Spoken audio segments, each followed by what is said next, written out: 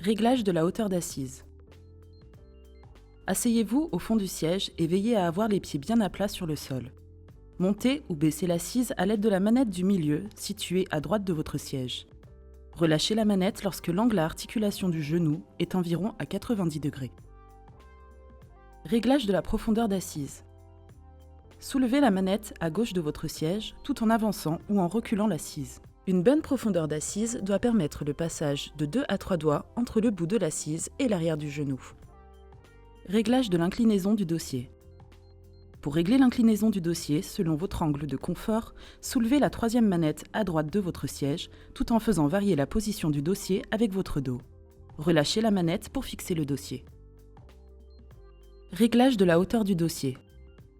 Réglez la hauteur du dossier en soulevant la manette située sous le dossier à droite, tout en montant ou descendant le dossier à votre convenance. Relâchez la manette lorsque la hauteur vous convient. Réglage du galbe du dossier. Modifiez la courbure du dossier en serrant ou relâchant les straps situés sous la housse à l'arrière du dossier. Pour tendre les straps, décollez-les de leur fixation scratch, tirez-les vers l'extérieur du dossier, puis rabattez-les vers l'intérieur afin de les recoller sur leur fixation. Afin de garantir un réglage optimal, demandez à une personne tierce d'effectuer ce réglage pendant que vous vous trouvez assise sur le siège et guidez-le en fonction de votre ressenti. Réglage du soutien cervical. Le soutien cervical se règle en hauteur et en profondeur. Pour régler la hauteur, faites-le simplement coulisser de haut en bas. Pour régler la profondeur, poussez ou tirez celui-ci grâce à ses points de pivot. Vous devez pouvoir vous reposer dessus en position relâchée, sans qu'il ne vous gêne dans vos tâches les plus actives.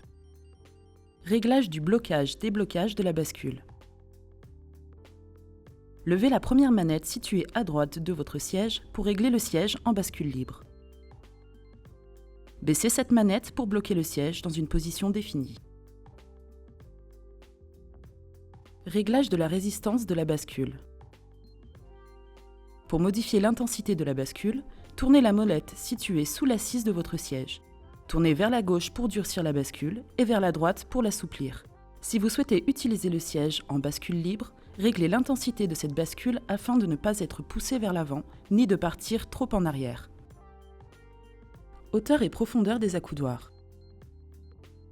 Un réglage efficace des accoudoirs permet de supprimer les tensions qui peuvent se créer sur les membres supérieurs. Les accoudoirs doivent soutenir le bras dans la position la plus naturelle possible. Dans un premier temps, descendez-les au maximum en utilisant le bouton situé sur le côté extérieur. Puis l'un après l'autre, remontez-les jusqu'à ce qu'ils entrent en contact avec votre coude et bloquez-les à cette hauteur. Cette hauteur doit correspondre à un angle des coudes d'environ 90 degrés. Écartement des accoudoirs. Lorsque la hauteur des 2 accoudoirs est fixée, réglez la largeur grâce aux molettes situées sous le siège de manière à adopter une position naturelle sans avoir le bras trop écarté du corps. Enfin, installez-vous à votre bureau et ajustez les accoudoirs afin qu'ils viennent prolonger le plan de travail. Sur les accoudoirs Ergoflex, vous pouvez également ajuster la profondeur et l'inclinaison latérale.